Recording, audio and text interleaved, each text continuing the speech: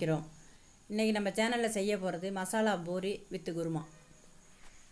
குருமா செய்யறதுக்கு தேவையான பொருட்களை முதலில் பார்ப்போம்.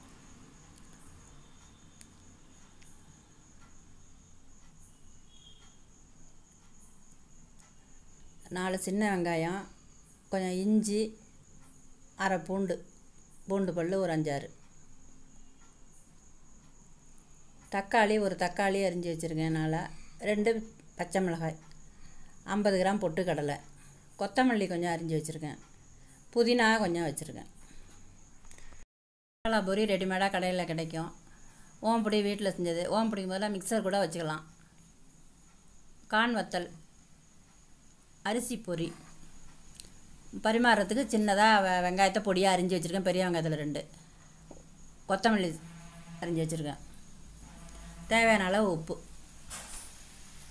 மிக்சியில் புதினா, பொட்டுக்கடலை, கொத்தமல்லி, வெங்காயம், பூண்டு, இஞ்சி,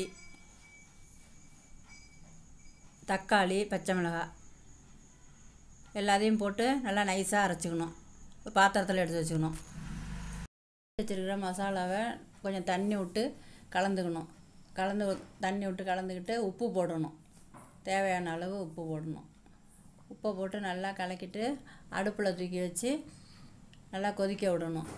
கொதித்தோடனே குருமாவை இறக்கி வைக்கணும். இப்போ மசாலா பூரிக்கு குருமா ரெடி ஆகிடுச்சு. கடாயை அடுப்பில் வச்சு எண்ணெயை ஊற்றி காய வைக்கணும். எண்ணெய் நல்லா காயிற வரைக்கும் கொஞ்சம் நேரம் வெயிட் பண்ணணும். எண்ணெய் நல்லா காஞ்சிருச்சான்னு பார்க்குறதுக்கு ஒரு பூரியை போட்டு பார்க்கணும். இப்போ நல்லா பூரி பொரியுது. நல்லா எண்ணெய் காஞ்சிருச்சுன்னு அர்த்தம். இப்போ தேவையான அளவு பூரியை எண்ணெயில் போட்டு பொரித்து ஒரு பாத்திரத்தில் எடுத்து வச்சுக்க வேண்டியது தான். ஆனால் காந்திரக்கூடாது. கொஞ்சம் செவந்தாவில் இருந்தால் போகிறோம். அடுத்து கான் வத்தலையும் போட்டு தேவையான அளவுக்கு பொரித்து எடுத்து வச்சுக்கணும்.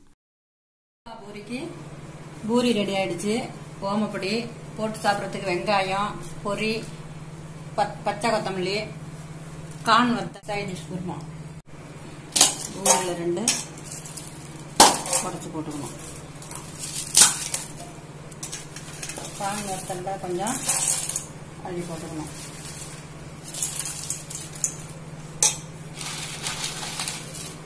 ஓமப்பொடியில் கொஞ்சம் தேவையான அளவு ஊற்றிருக்கேன்.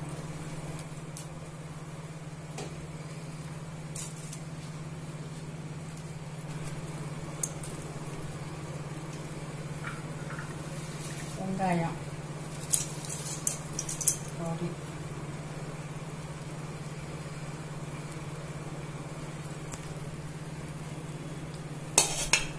அப்படியே ஸ்பூனை போட்டு கலக்கி சாப்பிட வேண்டியது தான். குழந்தைங்கள்லேருந்து பெரியவங்க வரைக்கும் ரொம்ப விரும்பி சாப்பிடுவாங்க. அதை நீங்களும் வீட்டில் செஞ்சு பாருங்கள். இந்த வீடியோ உங்களுக்கு பிடிச்சிருந்தா லைக் பண்ண மறக்காதீங்க.